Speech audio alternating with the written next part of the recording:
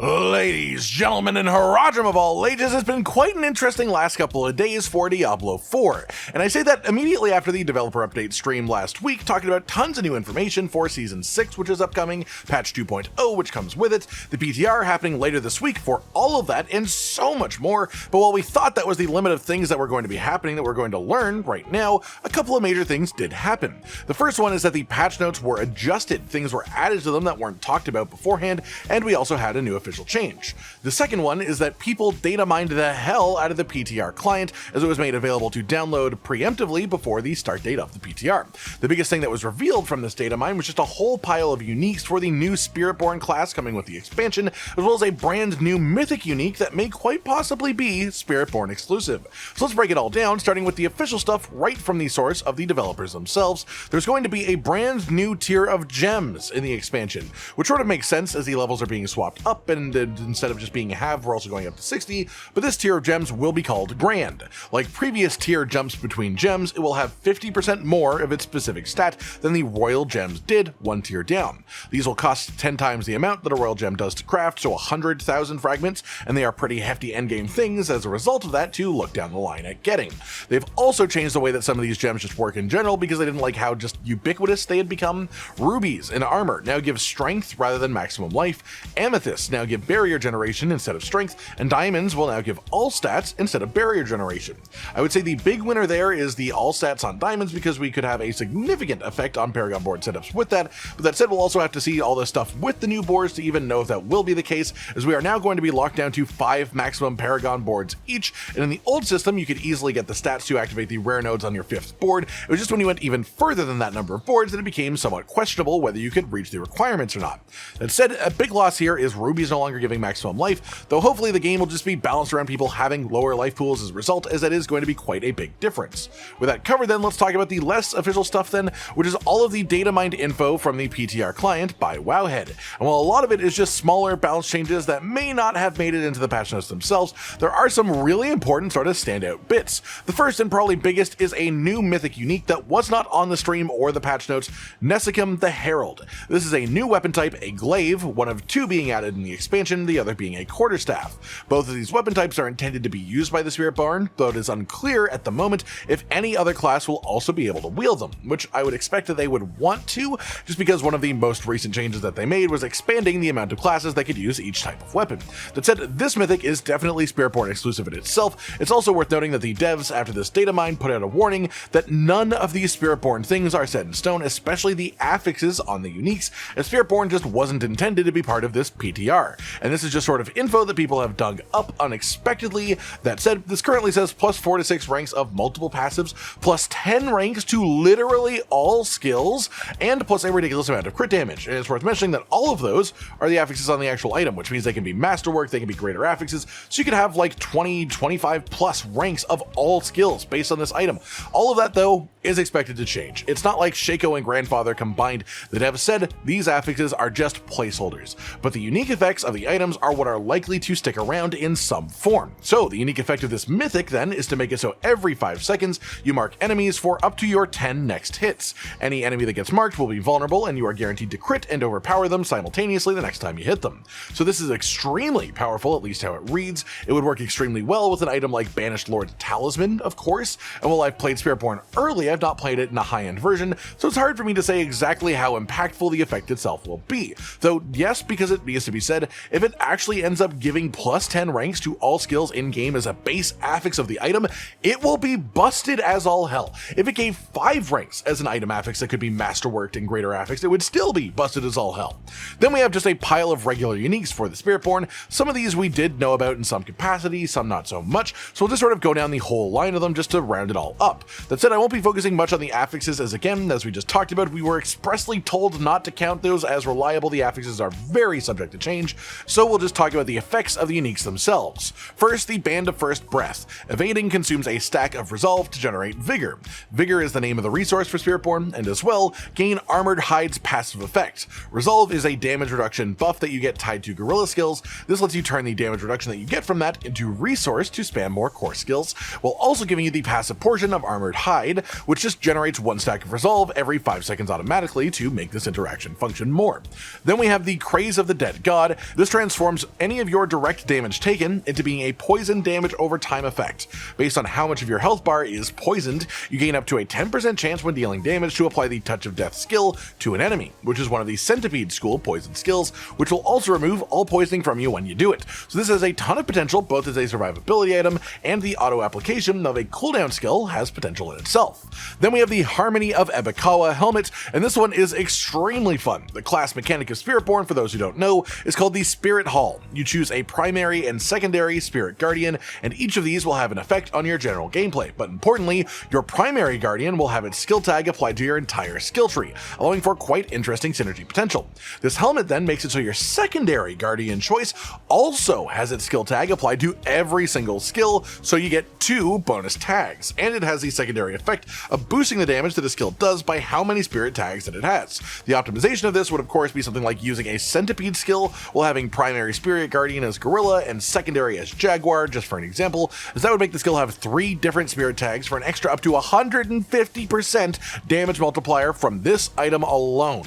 Then there's the Jacinth Shell chest piece. This gives you maximum life percentage as healing when you spend your resource, and has a secondary effect of making any skill that is on cooldown take 10% of your maximum life per second to reduce the cooldown by 3 seconds. This is honestly a really awesome concept. It means that some of your cooldowns could literally be a third of their normal length. It's super high risk, high reward, either tons of health drain for lots of cooldown reduction on multiple skills, or you could purposely build in a way where you only have like 1 or 2 skills on cooldown and build massive healing to outdo the damage spikes of this through something like the Centipede stuff. Things like that. I really like this one as a concept.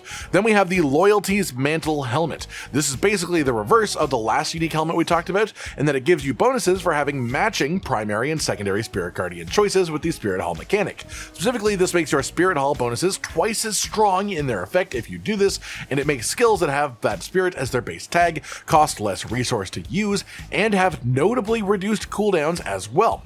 Both of these helmets will be massive for builds. There will be massively powerful builds made around both of them, but they will also be quite different types of builds from each other.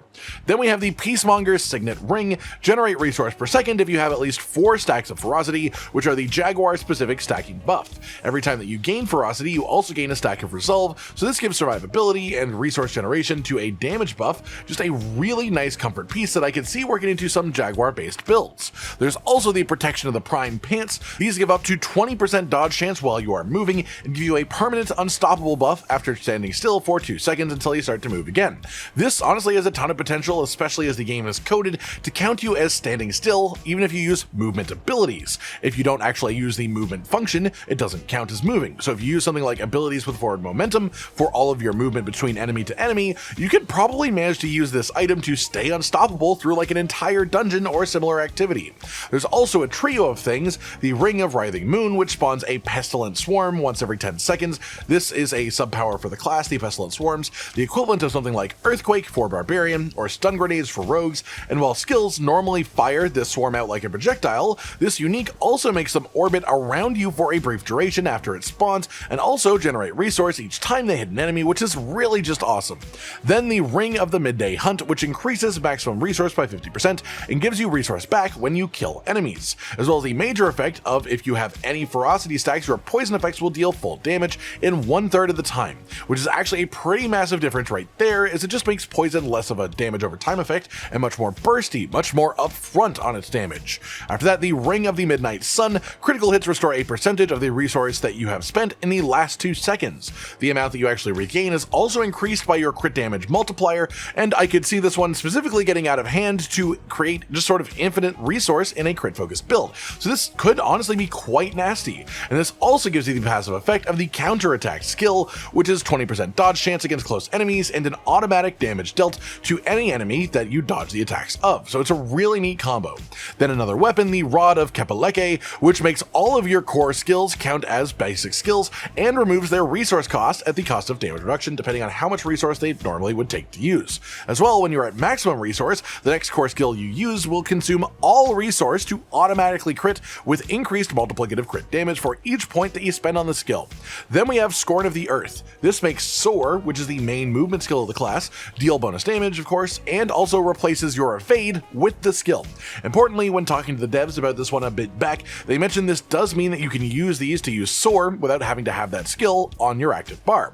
A main main goal of many of these uniques is to give you at least part of the functionality of a skill without needing to actually have it as one of your main abilities. Pasep, Sepazontek, another weapon, basic skills deal increased damage and always use their third attack, and every third cast unleashes triple strikes. Every Spiritborn basic skill has a unique effect on its third use in a row, and so this basically just forces that effect to be on every cast instead of every third one. It boosts the damage of them as well, and adds a new bonus to every third cast with this new way of making the skills work. Honestly, it's just quite the cool shakeup with lots of synergy potential across the game.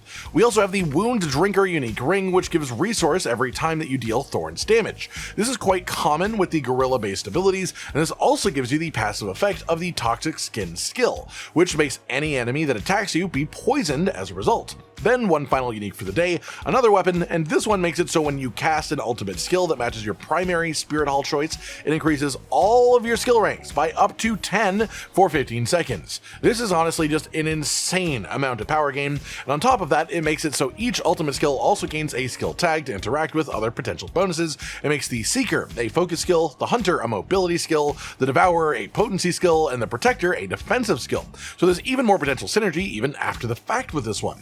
Then the other main things of note really are just this note brought up by the new Heir of Perdition helmet, which has an inherent affix that boosts the damage that you do to both angels and demons. However, at this current point, angels aren't enemies that we can fight at any point in Diablo 4, so this may just be a fun little lore bonus for the helmet, or it could imply something quite interesting for the future story progression of the game and where we will go as the player too. Then finally, we have something a bit unconfirmed, but seemingly a second DATAMINE revealed this, which are paragon glyphs that are up on max roll for the PTR and for the new season. Every class has a new one in here, but they are similar general effects that they are based around. Barb gets Challenger for a bonus to normal nodes, bonus multiplicative damage while wielding one-handed weapons, and the legendary bonus of bonus damage against elites. Druid and Rogue share the Headhunter glyph, which is bonus to normal nodes within range, increased damage multiplier against elites, and the legendary bonus is a general multiplicative damage increase, so this is honestly really solid in general. Then Necromancer and Sorcerer get Eliminator, bonus to all normal nodes, increased damage to elites multiplicative bonus, and increased damage to elites legendary multiplicative bonus as well. Basically just a boost to normal nodes in the radius for each class, with some different ways of gaining bonus damage against elites or in other situations, which is definitely not that bad of a glyph at all.